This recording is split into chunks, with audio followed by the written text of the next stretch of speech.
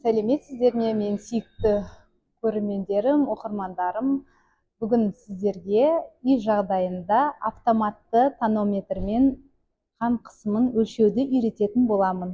Есімім Ұлбосын Леспекқызы, кардиолог-диагноз дәрігер. Менің каналыма қош келдіңіздер.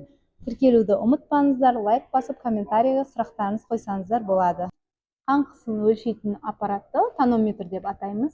Механикалық тонометр және автоматты тонометр болып бөлінеді бұлар. Механикалық тонометрге арнайы медперсонал немесе бір адамның көмегі керек болады. Механикалық тонометр өзінің арнайы грушасы арқылы, ауа жіберетін арқылы, күш салу арқылы жасалатын аппарат болып есептеледі. Ал автоматты түрдегі тонометр аппараттарымыз олар өте ыңғайлы, үй жағдайында қан қысым өлшеуге ыңғайлы